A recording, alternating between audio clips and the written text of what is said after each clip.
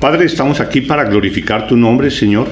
Te damos gracias por permitirnos venir a escuchar tu palabra y te pedimos, Señor, que seas tú hablándonos a través de tu palabra, Señor. Queremos conocer tu voluntad y pedirte, Señor, que nos sigas transformando para que cada día lo que hagamos, lo que pensemos, esté de acuerdo a tu palabra, Señor. Ponemos esta predicación en tus manos y te pedimos, Señor, que tú nos transformes a través de ella. En Cristo Jesús te lo pedimos. Amén. Amén.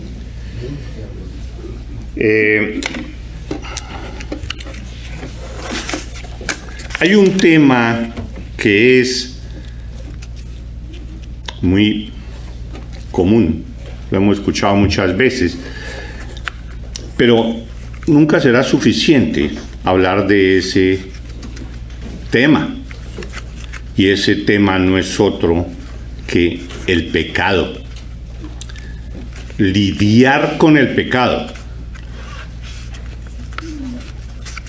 No vamos a hablar exactamente cómo, de pronto en otra predicación, vamos a hablar precisamente de cómo debe luchar el cristiano con el pecado,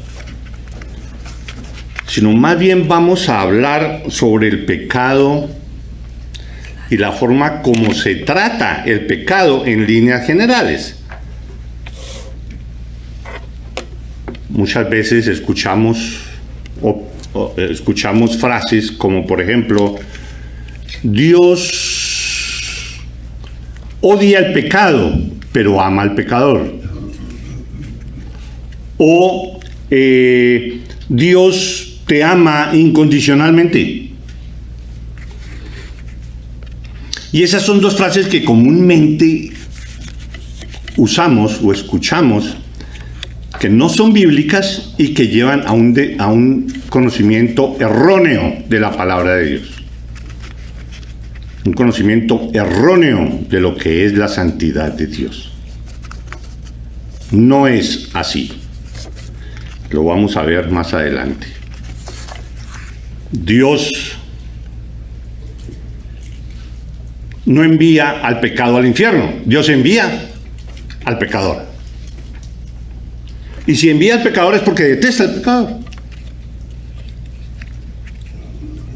Y si se dice que Dios nos ama incondicionalmente, si uno le dice a una persona Dios te ama y te ama incondicionalmente, pues ¿qué va a pensar esa persona? Bueno, yo no tengo que cambiar. Si Él me ama, estoy tranquilo. ¿Por qué Él me ama?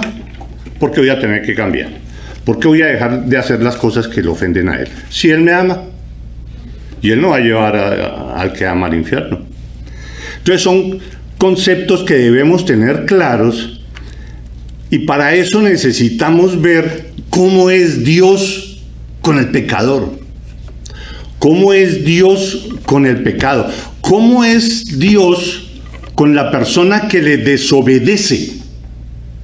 Para nosotros, por nuestra forma de ser, uno desobedece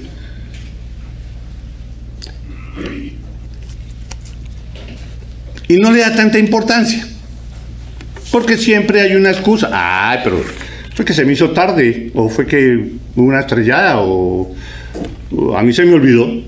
¿Cómo quiere que hubiera traído eso si a mí se me olvidó? O algo así, cualquier cosa. Siempre hallamos una disculpa, y una disculpa pues que viene desde Adán y Eva, ¿sí? Lo primero que hizo Adán fue hallar una disculpa por su pecado, y eso quedó en nosotros. No queremos reconocer nuestro pecado y lo tratamos muy livianamente, por no darle la importancia necesaria y ver qué pasa con Dios cuando nosotros le desobedecemos. ¿El qué hace? Para el efecto, vamos a leer en Primera de Samuel, capítulo 15,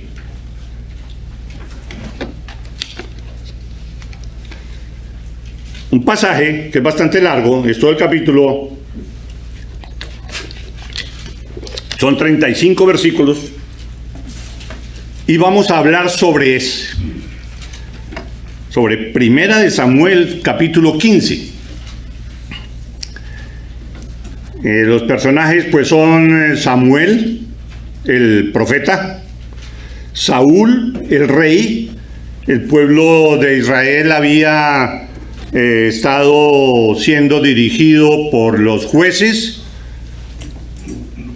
y eso era una montaña, como una montaña rusa. El pueblo pecaba, Dios los castigaba, después se arrepentían, Dios los volvía a favorecer, volvían a pecar, y fue así el ciclo con los jueces, hasta que un día los judíos dijeron: no, nosotros queremos un rey porque las otras naciones tienen rey, nosotros también queremos un rey.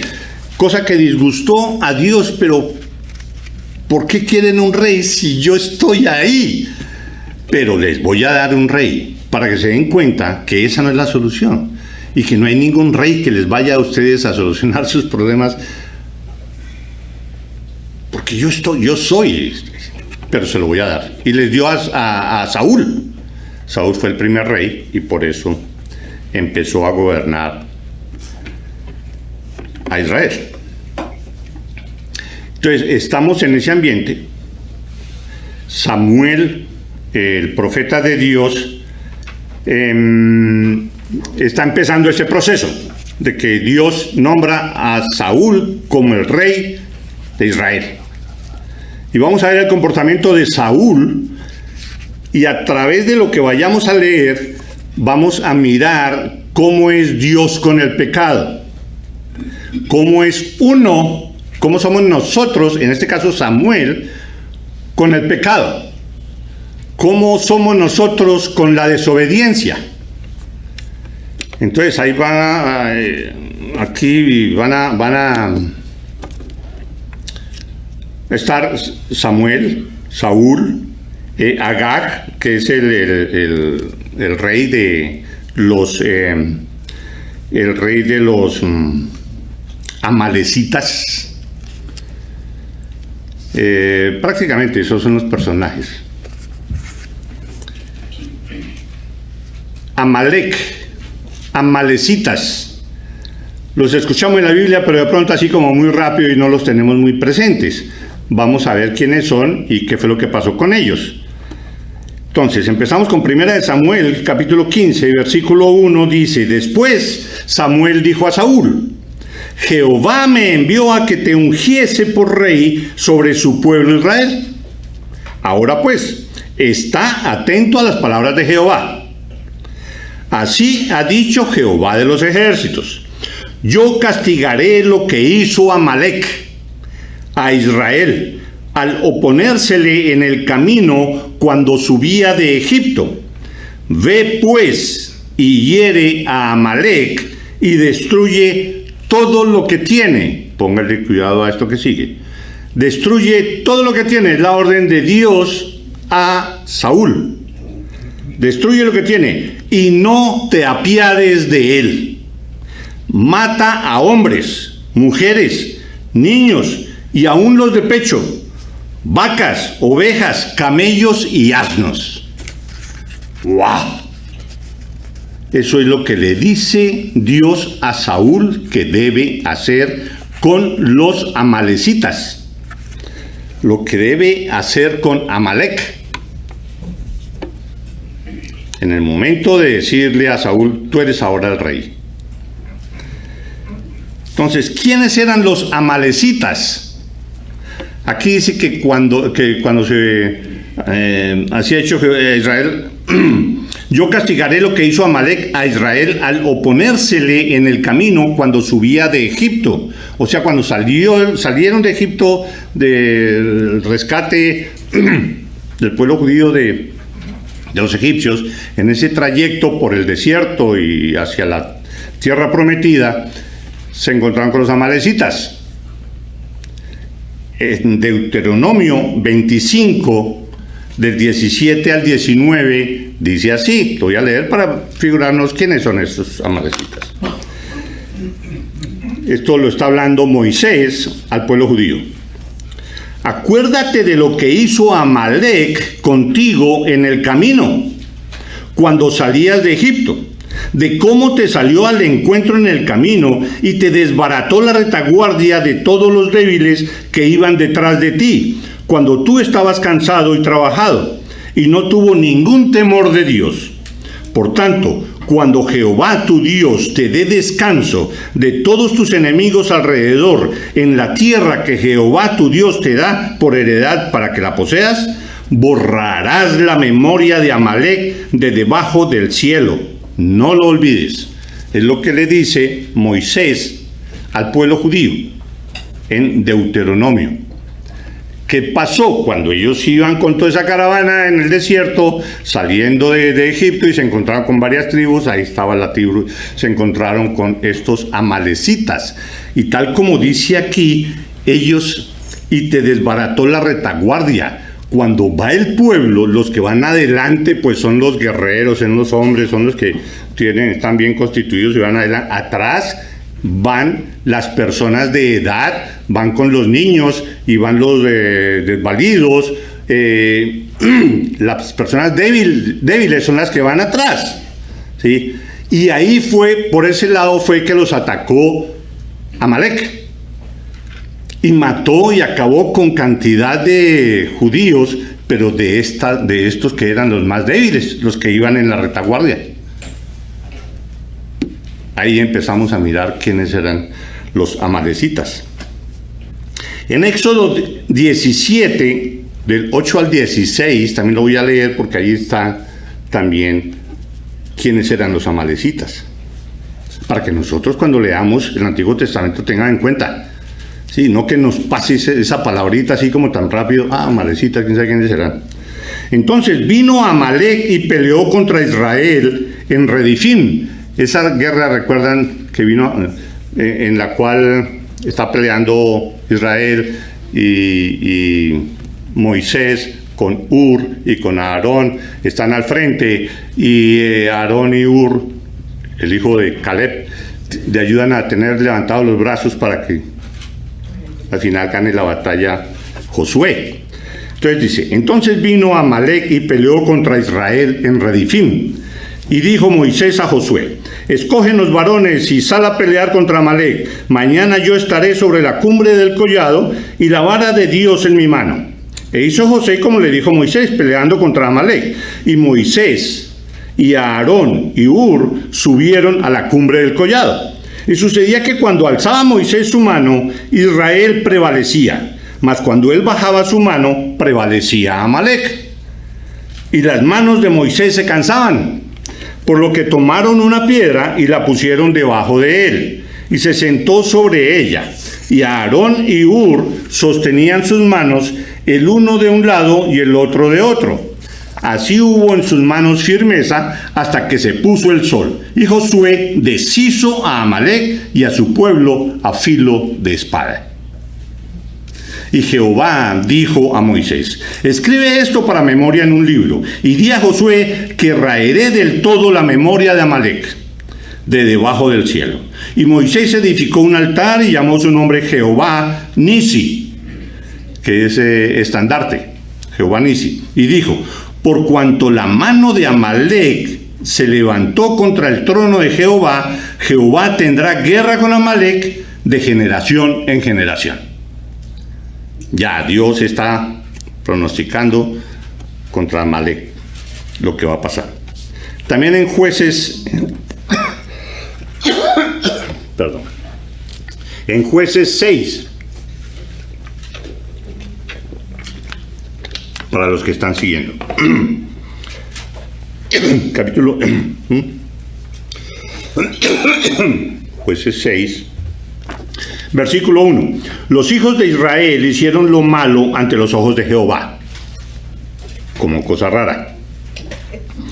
Y Jehová los entregó en mano de Madián por 7 años. Dios castigando al pueblo de Israel, o castigándonos a nosotros por haber hecho algo malo. Nos disciplina. En este caso disciplinó a Israel y lo entregó en manos de Madián por 7 años. Y la mano de Madián prevaleció contra Israel.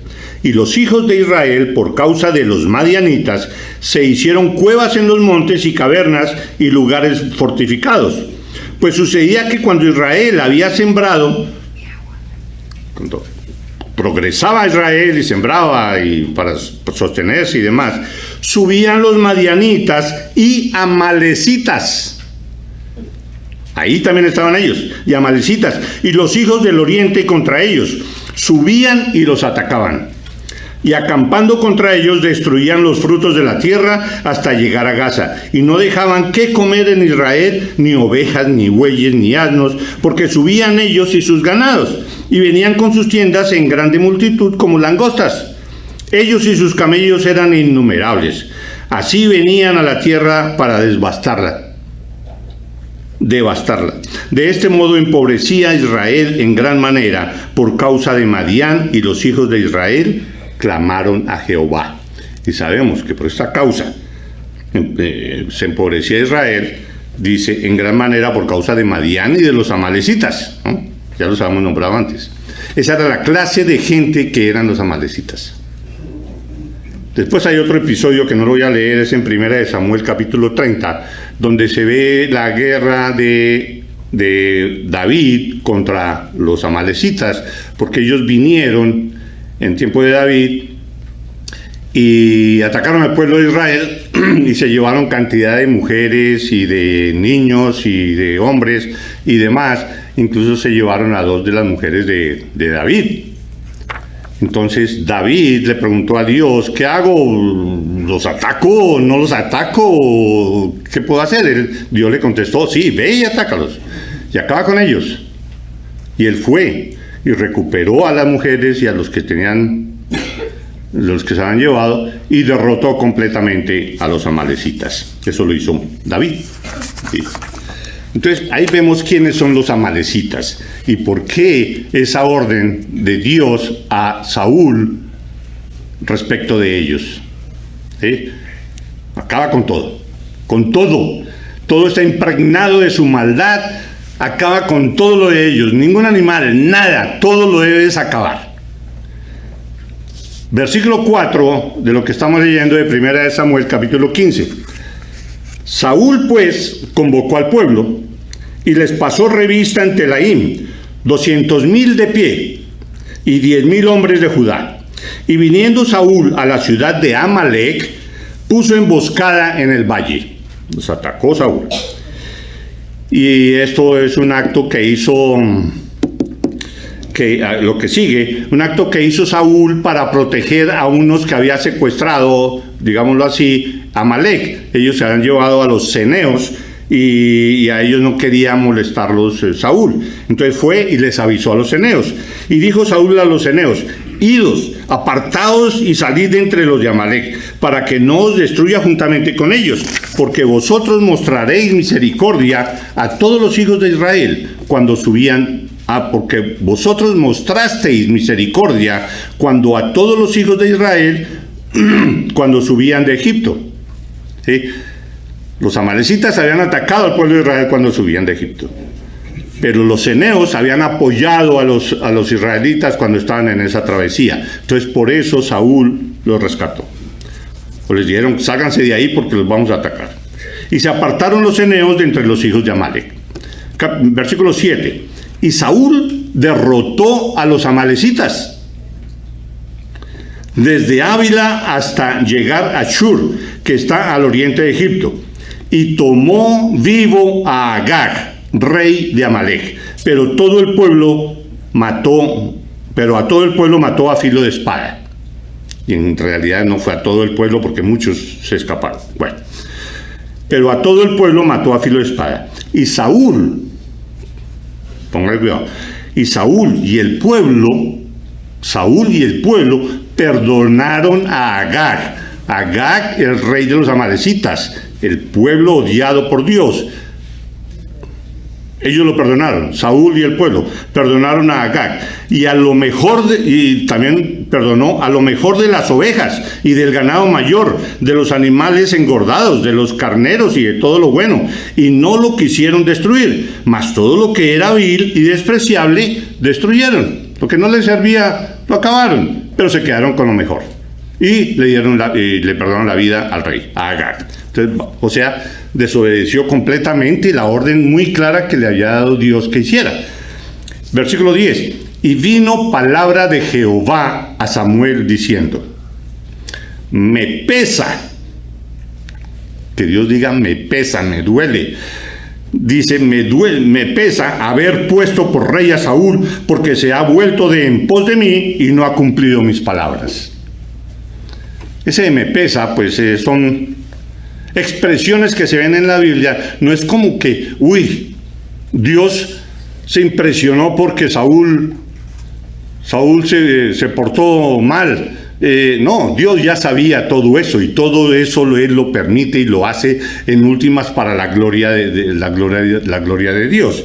Pero entonces se redacta de esa manera: me pesa. ¿Recuerdan que Dios les dio rey para que se dieran cuenta que el único rey verdadero es Dios? Entonces me pesa, pero al mismo tiempo como diciendo, ¿se dan cuenta lo que les dije, que ningún rey les va a servir a ustedes? Y Dios se apesadumbró Samuel y clamó a Jehová toda la noche. Madrugó luego Samuel para ir a encontrar a Saúl por la mañana, y fue dado aviso a Samuel, diciendo: Saúl ha venido a Carmel, y he aquí se levantó un monumento. No, Saúl vino, se hizo él mismo un monumento, pues para que todo el mundo supiera quién es él y que no lo olvidaran, para su orgullo. Saúl dándose gloria a sí mismo, se hizo, dice, y aquí se levantó un monumento para él mismo, y dio la vuelta, y pasó adelante y descendió a Gilgal. O sea, le dijeron a Samuel: no, aquí no está Saúl, él hizo esto y se fue para Gilgal. Vino pues Samuel a Saúl, ¿sí? Y Saúl le dijo: bendito seas tú de Jehová, yo he cumplido la palabra de Jehová. Samuel entonces dijo: pues qué balido de ovejas y bramido de vacas es este que yo oigo con mis oídos. Tú cumpliste, pues no lo dice acá, tú cumpliste lo que te ordenó Jehová, y entonces ¿por qué se oyen allí unas vacas y unos carneros? ¿Y ese sonido de qué? ¿Por qué razón? Si tú cumpliste lo que se te dijo de que matara a todos. Saúl respondió: eso es de Amalek. De Amalek los han traído los del pueblo. Él no, los han traído. Porque el pueblo, no él, perdonó lo mejor de las ovejas y de las vacas. ¿Para qué? Ahí viene la disculpa que nosotros comúnmente usamos. No, es que eso lo sacamos aquí, nosotros no los matamos, pues eso es lo mejor, para poderle ofrecer sacrificios a Jehová. Y es lo que dice aquí: para sacrificarlas a Jehová tu Dios. Pero lo demás lo destruimos. Entonces dijo Samuel a Saúl: déjame declararte lo que Jehová me ha dicho esta noche. Y él le respondió: ok, dime, ¿qué pasó? Y dijo Samuel: aunque eras pequeño en tus propios ojos, ¿no has sido jefe de las tribus de Israel, y Jehová te ha ungido por rey sobre Israel? Y Jehová te envió en misión y dijo: ve, destruye a los pecadores de Amalek y hazles guerra hasta que los acabes. ¿Por qué pues no has oído la voz de Jehová, sino que vuelto el botín has hecho lo malo ante los ojos de Jehová? Entonces, me agarraron, ¿ahora qué hago? Y Saúl respondió a Samuel: antes bien he obedecido la voz de Jehová, y fui a la misión que Jehová me envió, y he traído a Agag, rey de Amalek, o sea, le perdoné la vida. Fui misericordioso con él, ¿qué tiene de malo? Y he traído a Agag, rey de Amalek, y he destruido a los amalecitas. Mas el pueblo tomó del botín ovejas y vacas, las primicias del anatema, para ofrecer sacrificios a Jehová tu Dios en Gilgal. Y Samuel le contesta: se complace Jehová tanto en los holocaustos y víctimas como en que se obedezca a las palabras de Jehová. ¿Qué prefiere Dios de ti? ¿Que tú le obedezcas o que tú le traigas grandes ofrendas? ¿Qué es lo que a Dios en realidad le place? ¿Qué es lo que a Él le gusta? ¿Que tú religiosamente hagas ciertas actividades o que en realidad le obedezcas a Él y confíes plenamente en Cristo Jesús y sometas tu vida a Él y vivas para glorificar su nombre? ¿Qué es lo que le gusta a Dios? ¿Que tú hagas estas cosas religiosas y demás? ¿Que tú hagas estos sacrificios y vacas y corderos? ¿O que le obedezcas? ¿Tú qué crees que es lo que a Dios le gusta? Porque como aquí dice, ciertamente el obedecer es mejor que los sacrificios y el prestar atención que la grosura de los carneros, porque como pecado de adivinación es la rebelión y como ídolos e idolatría la obstinación. Por cuanto tú desechaste la palabra de Jehová, Él también te ha desechado para que no seas rey. Punto. Dios te dijo, ya no serás rey. No fue algo inmediato, pero al cabo de un tiempo dejó de ser rey. Lo mataron en una batalla, ustedes se acuerdan, a Saúl. Y siguió Saúl disculpándose, como cualquiera de nosotros. Entonces Saúl dijo a Samuel, yo he pecado, pues he quebrantado el mandamiento de Jehová y tus palabras, porque temía al pueblo y consentía la voz de ellos. No fui yo, fue el pueblo me presionó y yo quería congraciarlos a ellos. No fui yo, fue esta mujer que tú me diste. No, yo no fui el que pequé, fue Satanás que me impulsó, me movió la mano para hacer esto. Uno siempre echándole la culpa a otra persona. Lo mismo, ahí estamos dibujados ahí. Entonces Saúl dijo a Samuel, yo he pecado, pues he quebrantado el mandamiento de Jehová y tus palabras, porque temía al pueblo y consentía la voz de ellos. ¿Qué más quisieras? No fue mi culpa, sino el pueblo que Dios me dio. Perdona, pues, ahora mi pecado arrepentido. Como se dice, lágrimas de cocodrilo. Perdona, pues, ahora mi pecado y vuelve conmigo para que adore a Jehová. Vamos, Saúl, vamos a adorar a Jehová. Y Samuel respondió a Saúl, no volveré contigo porque desechaste la palabra de Jehová, y Jehová te ha desechado para que no seas rey sobre Israel. Y volviéndose Samuel para irse, Saúl se asió de la punta de su manto y el manto se rasgó.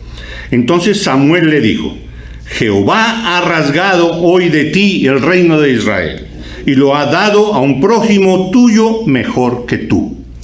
Además, el que es la gloria de Israel no mentirá ni se arrepentirá, porque no es hombre para que se arrepienta. Dios es Dios, y lo que Él dice se cumple, porque Él es soberano.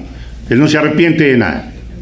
Y él dijo, yo he pecado, dijo Saúl, pero te ruego que me honres delante de los ancianos de mi pueblo y delante de Israel, y vuelvas conmigo para que adore a Jehová tu Dios. Y volvió Samuel tras Saúl, y adoró Saúl a Jehová.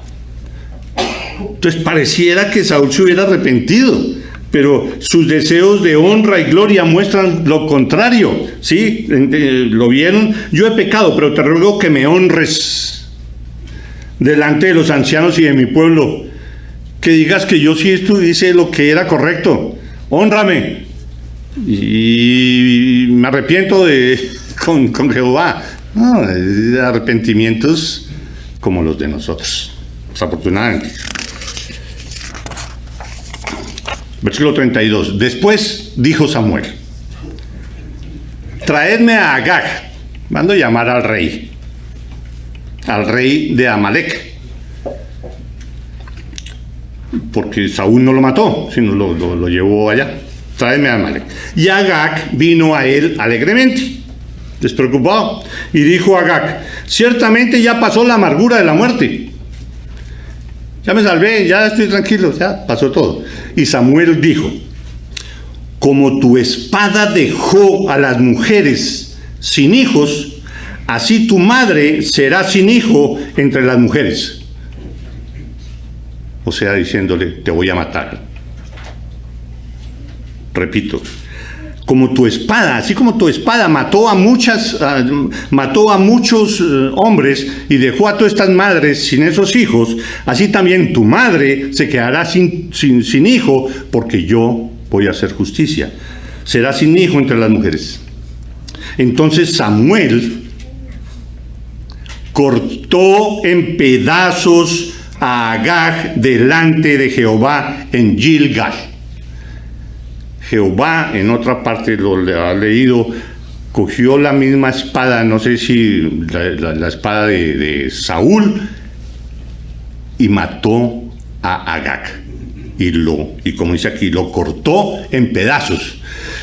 Eso era lo que Dios le había ordenado a Saúl para que hiciera cuando lo nombró rey. Lo hizo Samuel, el profeta de Dios, hizo eso. Y a veces a uno le vienen desgracias y uno dice, pero ¿por qué a mí? ¿Por qué has desobedecido a Jehová? Punto. Ahí encuentra la explicación, búscala, ahí la vas a encontrar. No es porque, ¿cómo soy de malas? Y se fue luego Samuel a Ramá, y Saúl subió a su casa en Gaba de Saúl. Se fueron cada quien para su lado. Y nunca después vio Samuel a Saúl en toda su vida. Y Samuel lloraba a Saúl.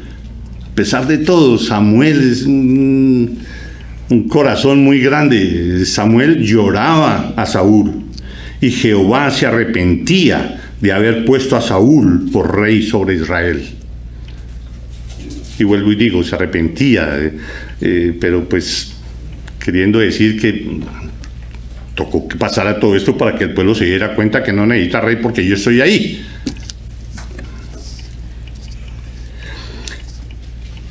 Es increíble las 1001 formas que el hombre usa para justificar su pecado. Así también es impresionante cómo Dios detesta el pecado. El hombre, para justificar su pecado, cae incluso en invención de frases, las cuales hacen creer que son frases bíblicas, como las que dijimos al comienzo. Dios odia el pecado, pero ama al pecador. Sí, cómo amó a Saúl y cómo amó a Amalek. Dios te ama incondicionalmente. Esas expresiones no son bíblicas, sino que más bien tratan es de distorsionar el verdadero evangelio. Estuvimos viendo anteriormente cómo Dios en su soberanía actuó en la vida de Daniel, y se veía la soberanía de Dios actuando en el horno de fuego, actuando con los leones, actuando, ayudándole, dándole a Daniel la interpretación de los sueños y lo de la escritura en la pared, ¿recuerdan? Todo eso es Dios en su soberanía, el poderoso, el soberano. Ahora vamos a ver cómo Dios, o pues vimos cómo Dios actuó para mostrar su odio hacia el pecado y su castigo contra aquel que peca contra él. Y fue todo lo que acabamos de ver. Ese es Dios. No es de que Dios es amor y Él no puede castigar a nadie. Dios no castiga a nadie. Dios ama a todo el mundo. ¿Sí? Aquí está la prueba de que Él ama. Pero vamos a ver de qué forma. Pero veamos cómo es que Dios en realidad... Pero veamos cómo es que Dios aborrece el pecado. Y aborrece al pecado y al pecador. Dios no envía al pecado al infierno, sino al pecador. Veamos. Salmos 5. Dice así. Perdón.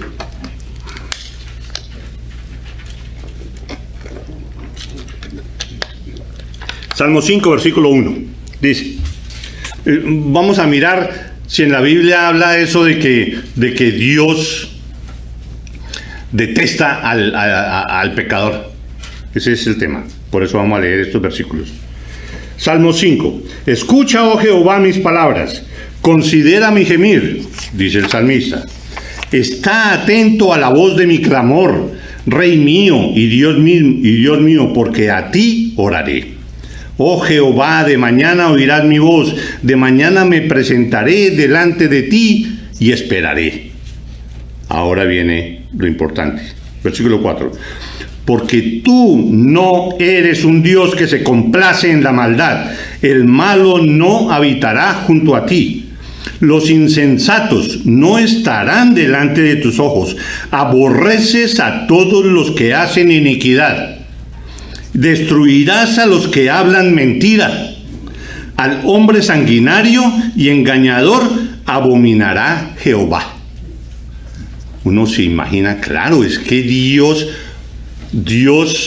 detesta a un hombre sanguinario y engañador. Uy, es que esos sí son personas especiales. Pero vean el versículo anterior: destruirás a los que hablan mentira.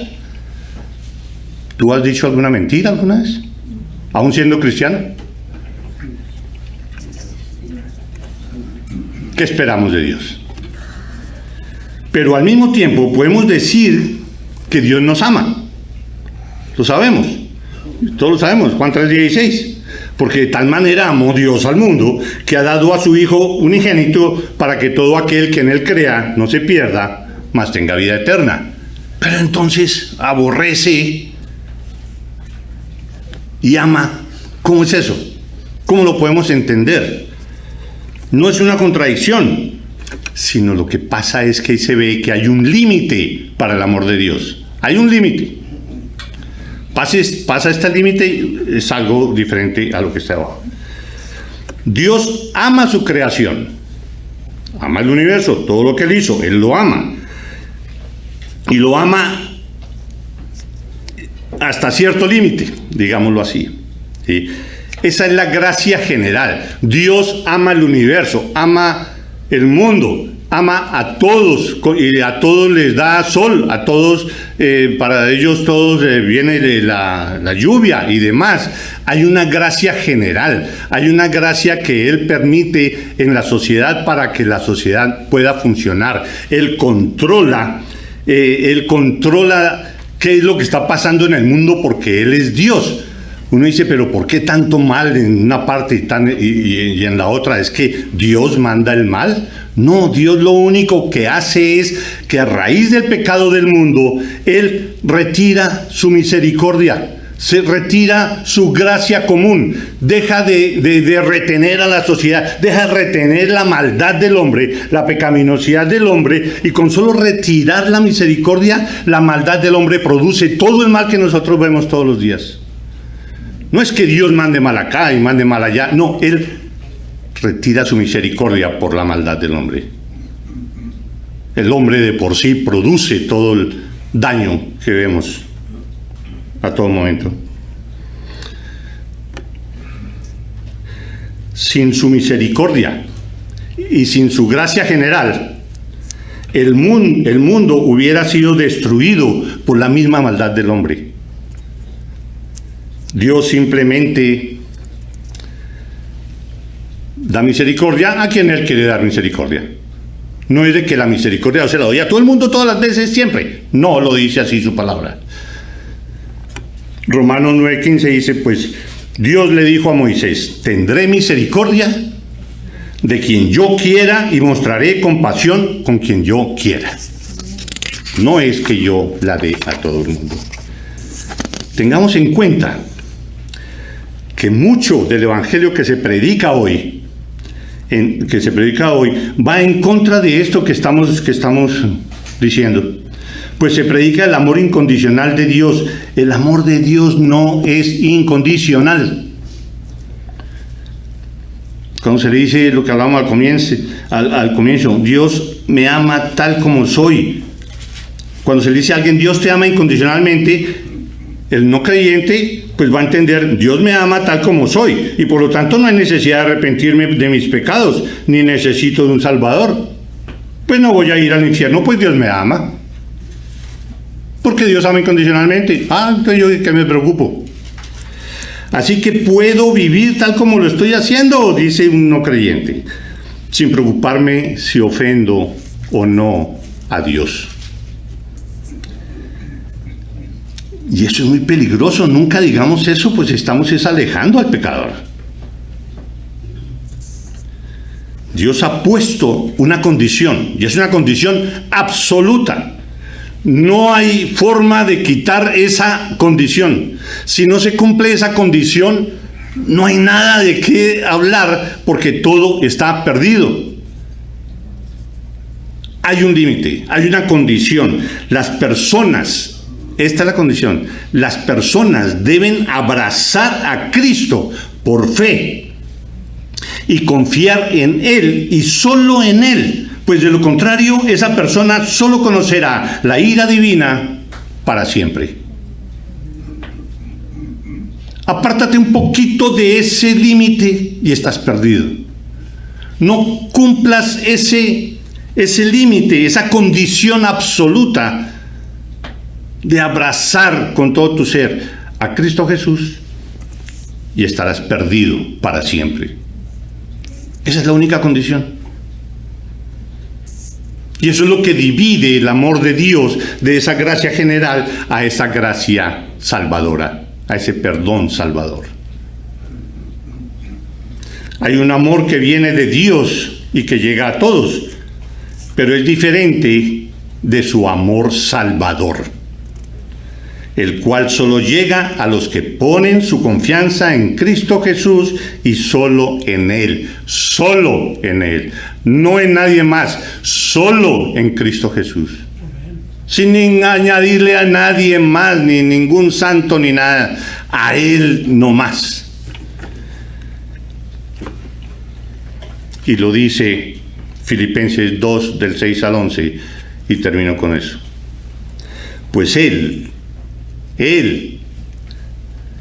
Cristo Jesús, siendo en forma de Dios, no estimó el ser igual a Dios como cosa a que aferrarse, sino que se despojó a sí mismo, tomando forma de siervo, hecho semejante a los hombres, y estando en la condición de hombre, se humilló a sí mismo, haciéndose obediente hasta la muerte y muerte de cruz. Por lo cual Dios también lo exaltó hasta lo sumo y le dio un nombre que es sobre todo nombre, para que en el nombre de Jesús se doble toda rodilla de los que están en los cielos y en la tierra y debajo de la tierra, y toda lengua confiese que Jesucristo es el Señor. Y todo esto, todo lo que hemos visto, ¿para qué? Para la gloria de Dios Padre. Vamos a orar.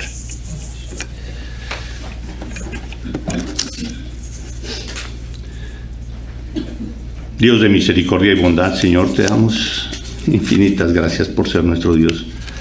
Dios todopoderoso, santo, perfecto, soberano, infinito, inmarcesible, tú lo eres todo, Padre Santo. Te damos gracias por permitirnos venir aquí, Señor, y adorarte, que ni siquiera eso merecemos, Señor, que nos des permiso de venir a adorarte, pero te damos gracias porque tú nos has dado la fe que salva, la fe en tu Hijo, para que podamos venir aquí y adorarte, y no solo eso, sino disfrutar de tu gracia salvadora. Gracias, Padre Santo, por todo lo que has hecho en cada una de las personas que estamos aquí presentes, Padre del cielo. Tú tocaste su corazón, tú los elegiste desde antes de la fundación del mundo. Tú les diste la fe para que pasaran ese límite y pudieran tener esa gracia salvadora, Padre. Te damos gracias por eso, Padre del cielo. Te oro por cada una de las personas aquí, Señor, que tú los fortalezcas en su fe, Señor, y que tú los lleves de tu mano y que puedan pasar todas las vicisitudes y circunstancias difíciles que nos van a venir en cualquier momento, Señor, y que tú nos lleves de tu mano, Señor, y siempre nos protejas. Te damos gracias, Señor, por ser nuestro Dios. Te damos gracias y te pedimos que nos guíes esta próxima semana. Te damos gracias en Cristo Jesús. Amén. Amén.